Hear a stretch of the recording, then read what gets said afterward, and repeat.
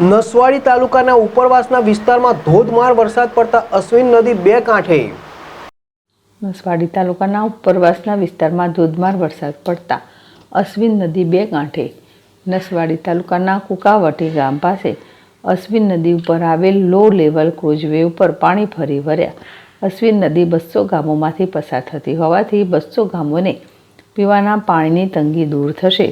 નસવાડી તાલુકામાં સતત 2-3 દિવસથી વરસાદ પડતા તમામ નાના ગામડાઓના ખેતરોમાં નવા નીર આવ્યા. ખેડૂતો ખેતીકામમાં જોતરાયા. અસહ્ય ઉકળાટ વચ્ચે વરસાદ પડતા વાતાવરણમાં ઠંડક વ્યાપી. જ્યારે કુકાવટી ગામે લો લેવલના કોઝવે ઉપર કોન્ક્રીટનો સ્લેબ ધોવાતા વાહન ચાલકોને મુશ્કેલી.